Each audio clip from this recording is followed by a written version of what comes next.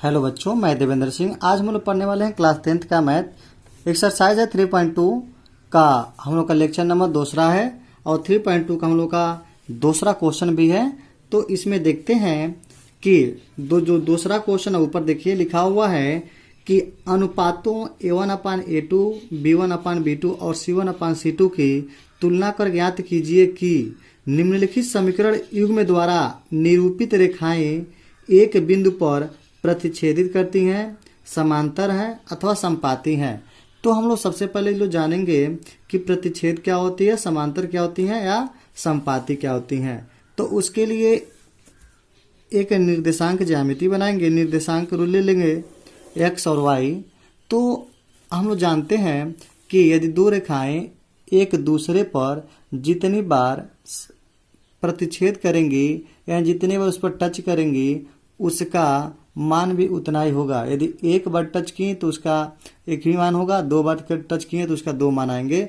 तो पहला हम लोग का है प्रतिच्छेद। प्रतिच्छेद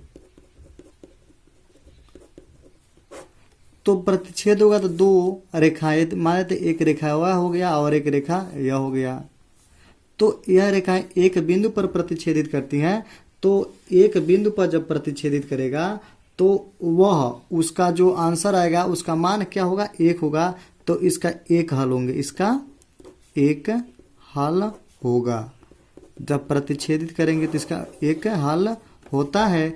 तो ऐसी स्थिति में क्या होता है, A1/A2 not equal to B1/B2, यानी A1/A2 और B1/B2 बराबर में नहीं होते हैं। इसको अभी समझ जाएंगे हम लोग क्वेश्चन के आधार पे। जब क्वेश्चन हम लोग सॉल्व करेंगे तो इसको समझेंगे कि A1/A2 क्या होता है, B1/B2 क्या होता है।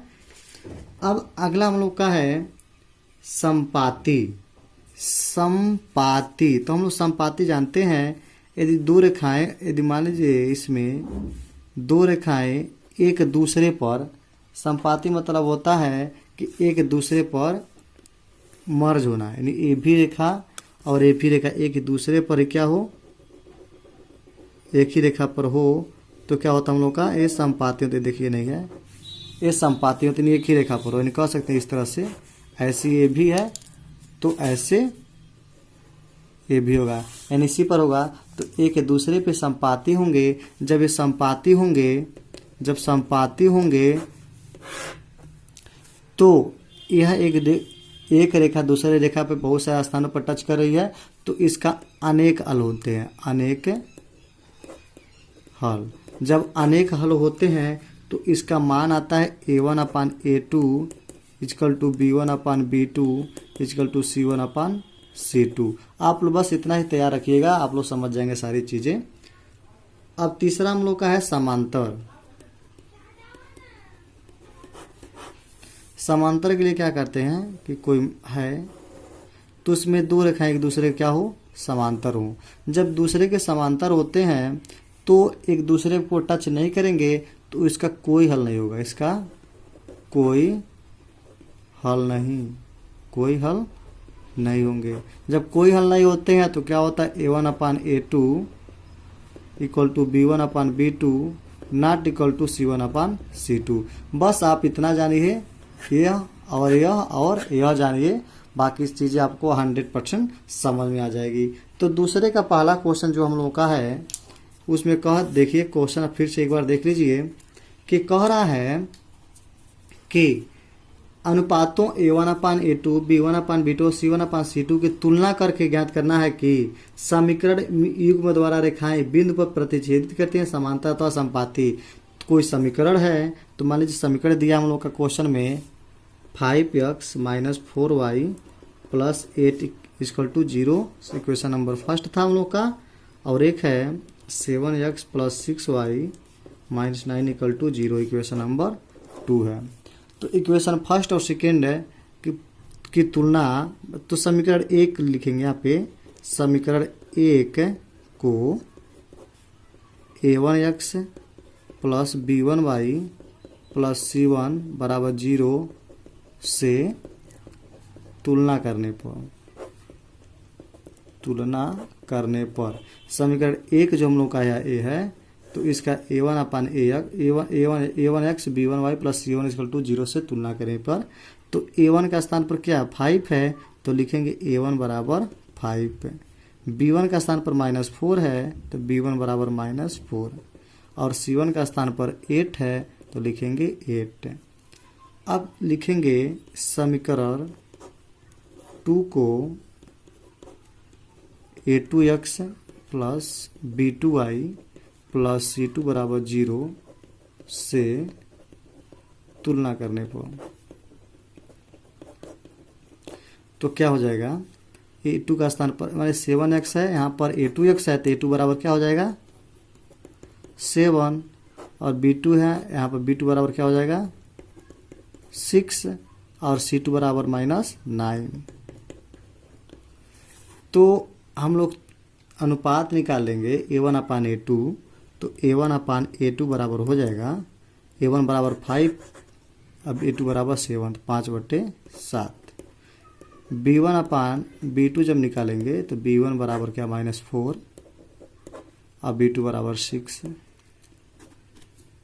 c1 अपान c2 बराबर क्या है 8/9। तो देख रहे हैं, इसको काटिए, 2 दूना 4, 2 3 6, 2/3 आ रहा है। अब कहीं 2/3 नहीं है, यानी लिख सकते हैं यहाँ पर a1 upon a2 not equal to b1 upon b2। जब ये दोनों आपस में जब बराबर नहीं है, तो जब बराबर नहीं होते हैं तो इसमें हम लोग देखे हैं कि a1 upon a2 not equal to b1 upon b2। जब दो रेखाएं एक दूसरे के बराबर नहीं हैं तो यह एक दूसरे को प्रतिच्छेद करती हैं, और जब प्रतिच्छेद करती हैं तो इसका कोई एक निश्चित मान होता है। तो यहाँ पूछ रहा है प्रतिच्छेदित है कि समांतर, ज़्यादा कुछ नहीं बताना है, तो लिख देंगे कि यह रेखाएं बिंदु 1 पर प्रतिच्छेद करेंगी, यानी एक बिंदु पर प्रतिच्छेद करती है। अब दूसरा क्वेश्चन हम लोग का है 9x plus 3y plus 12 equal to 0, 18x plus 6y plus 24 equal to 0। तो हम लोग क्या करेंगे, समीकरण 1 लेंगे, समीकरण 1 को a1x, वही बात पिछली बार बात, b1y plus c1 equal to 0 से कंपेयर करने पर, तुलना करने पर, तो a1 का स्थान पर 9 है, a1x का स्थान पर 9x है, तो a1 बराबर हो जाएगा 9, b1 बराबर हो जाएगा 3, और c1 बराबर हो जाएगा 12। तथा अब समीकरण 2 को a2x plus b2y plus c2 बराबर 0 से कंपेयर करेंगे, तुलना करने पर। तो a2 बराबर क्या हो जाएगा 18 हो जाएगा, b2 बराबर 6 हो जाएगा, c2 बराबर 24 हो जाएगा। तो हम लोग a1 अपान a2 निकालेंगे, तो a1 अपान a2 बराबर हो जाएगा 9/18, 9 का 9, 9 दूना 18, 1/2। b1 अपान b2 बराबर हो जाएगा 3/6, 3/6, 3 का 3, 3 दूना 6, 1/2। c1 अपान c2 बराबर हो जाएगा 12/24, 12 दूना 24, यानी 1/2। तो देख रहे हैं a1 अपान a2 जो है 1/2 है, b1 अपान b2 1/2 है, c1 अपान c2 बराबर 1/2 है। तो a1 अपान a2 जो है b1 अपान b2 के बराबर है, equal to c1 upon c2 के बराबर है। तो हम लोग पिछले वाले भी देखे थे, पिछले क्वेश्चन में, कि a1 upon a2 equal to b1 upon b2 equal to c1 upon c2 किसमें होंगे, कि जब यह संपाती होगा तब होंगे। तो ये क्या हम लोग होंगे, संपाती होते हैं, ये संपाती हैं, क्योंकि a1 अपान a2 और b1 अपान b2 और c1 अपान c2 उसी का होता है जो संपाती होता है, इसके अनेक हल होते हैं। अब तीसरा क्वेश्चन हम लोग देखेंगे तीसरा क्वेश्चन है 6y minus 3y plus 10 equal to 0, 2x minus y plus 9 equal to 0। तो समीकरण एक की तुलना a1x plus b1y plus c1 equal to 0 से करने पर, तो a1 का स्थान पर क्या हो रहा है 6, a1 बराबर 6, b1 बराबर -3 और c1 बराबर 10 तथा समीकरण 2 की तुलना a2x plus b2y plus c2 equal to 0 से करने पर, तो a1 a2 बराबर क्या हो जाएगा 2 हो जाएगा, a2 बराबर 2, b2 बराबर इसको 1y मान लेंगे तो -1 हो जाएगा और c2 बराबर 9 हो जाएगा। तो a1 अपान a2 बराबर हो जाएगा 6/2, 6/2, 2 3 जा 6 यानी इक्वल टू 3 आ गया। और b1 अपान b2 -3/-1 इसका तो 3 आ गया इसका भी। और c1 अपान c2 10/9। तो देख रहे हैं a1 upon a2 3, b1 upon b2 बराबर 3, c1 अपान c2 बराबर 10/9।